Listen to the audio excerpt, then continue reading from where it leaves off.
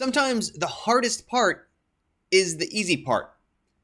And this sounds like rubbish because certainly in our mental model, we picture we're going to struggle through the hard part and we can't wait for the easy part. We just kind of coast and make some progress. But the problem is those mental models are a reflection that's trained in us by the tasks we do for the outside world. When it's our day job, when it's assigned in school, when it's something that we have to do, like pay our taxes to the government or whatever. When there's things that we don't do for us and we do for the outside world, then yeah, of course we like the easy part and we'd rather not maybe deal with a hard part or we can't wait to get through it.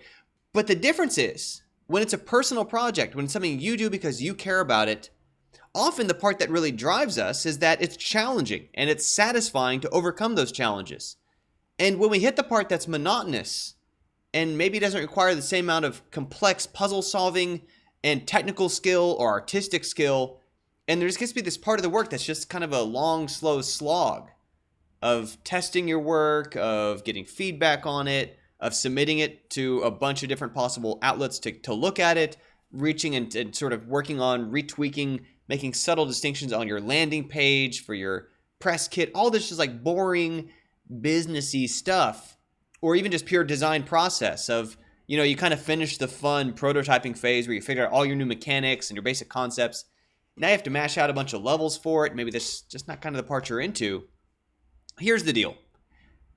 Those can feel harder, even though they seem easier, because they don't drive us to be the same kind of satisfaction of solving complex puzzles and proving to ourselves that we have what it takes to do hard things.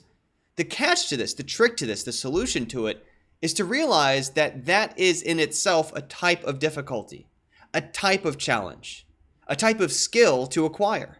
It's one that's founded more in patience and sort of a zen-like mental state, as opposed to simply having the sheer horsepower up here to overcome and untangle complex knots of code or of art asset creation or whatever it might be that you find personally satisfying directly.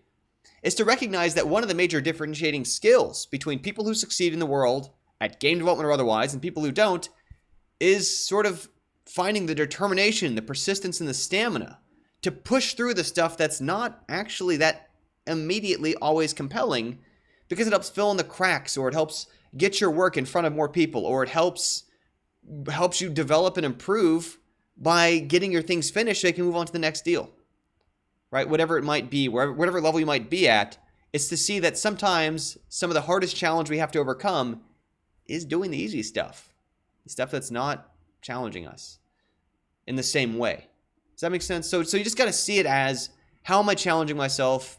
And it's still a challenge. It's still a different kind of problem. Another example where people see this, right, is we look at, I probably mentioned this before in one of the other videos, but like marathon runners, where to people who haven't tried running marathons, and I'll be honest, I have not, but I've got friends who do this stuff. We kind of imagine it's mainly a physical challenge. Like physically, as long as I just work out enough and run enough and practice enough, it's going to be easy or whatever. But no matter how physically fit somebody is, a lot of it is still a mental challenge to just keep themselves doing it. To just stay doing it long after they're uncomfortable, long after they are tired, long after they're hungry and thirsty and whatever. It's to just keep pushing themselves forward step by step through it. And that's a different kind of challenge that they have to excel at to even complete a marathon, let alone exceed at one, to complete one at all.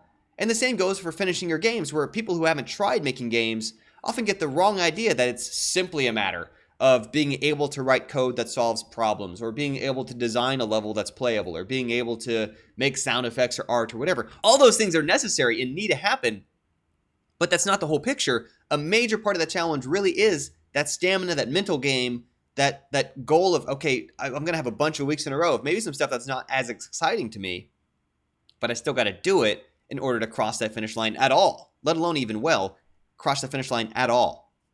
And the other way you can try to factor these things into it, and I had this conversation the other day with one of my people I work with. He's a great guy, smart guy, but he's having this problem where he's finished the part that's fun to him, the part that's frankly harder to do, and he's hitting this wall against, he knows he's coming up on some part that's just not as much, just not as satisfying, because it's kind of this tougher, slower slog with not as many obvious surfaced results.